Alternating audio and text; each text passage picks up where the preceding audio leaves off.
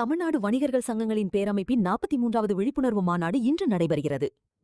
ஒவ்வொரு வருடமும் மே 5ஆம் தேதி வணிகர்களின் தினமாக வணிகர்கள் கொண்டாடி வருகின்றனர்.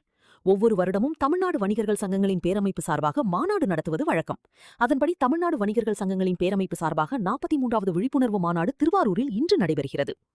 அதனை முன்னிட்டு திருவாரூர் வன்மீகபுரத்தில் நடைபெறும் மாநாட்டு திடலில் வணிகர் சங்க கொடியை சங்கத்தின் மாநில தலைவர் விக்ரமராஜா ஏற்றி வைத்தார்.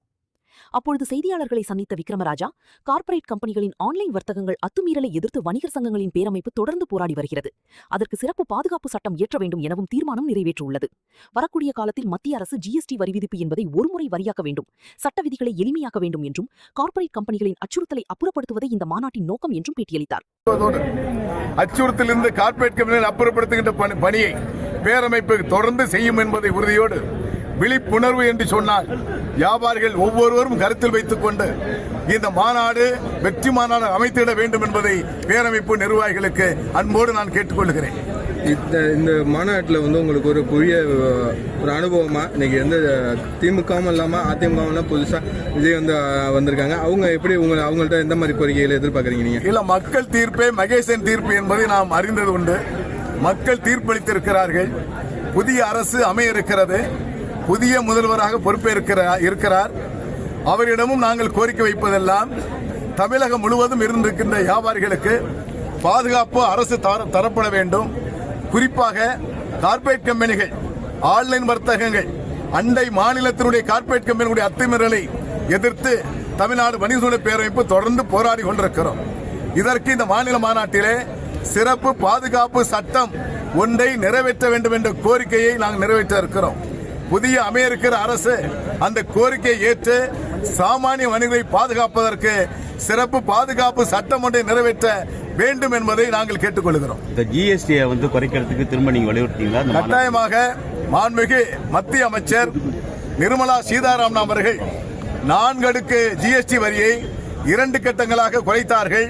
அதற்கு தமிழ்நாடு வணிகர்களுடைய பேரமைப்பின் சார்பாக பேரமைப்பு நிர்வாகிகள் முழுமையாக பங்கேற்று பாராட்டுதலை நன்றி நாங்கள் தெரிவித்திருக்கிறோம்.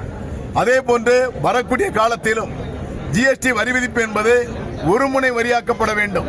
வியாபாரிகளுக்கு அச்சுறுத்தல் இல்லாமல் சட்ட விதிகள் எளிமைப்படுத்திட வேண்டும் என்பதை கேட்டிருக்கிறோம். 7 ஆண்டு 8 ஆண்டுக்கு முன்புள்ள கணக்குகளை மீண்டும் ஆய்வு செய்ய வேண்டும் என்ற நோட்டீஸ் கொடுப்பதை முழுமையாக தவிர்க்கப்பட வேண்டும். 3 ஆண்டுகள் மட்டுமே வியாபாரிகள் கணக்குகளை பராமரித்து வைக்கக்கூடிய சூழலை அரசு நிறைவேற்ற வேண்டும் என்ற பல்வேறு தீர்மானங்களை எடுக்க இருக்கிறோம். இப்போ ஆன்லைன் பிசினஸ் மளிகை பொருட்கள் இருந்து எல்லாமே வந்துச்சு. இதை கட்டுப்படுத்துறதுக்கு நீங்க உங்களோட இது எப்படி? இல்ல, ஆன்லைன் வர்த்தகம் என்பது எங்களை பொறுத்தவரையில விழிப்புணர்வு என்ற தலைப்பை வைத்திருக்கிறோம்.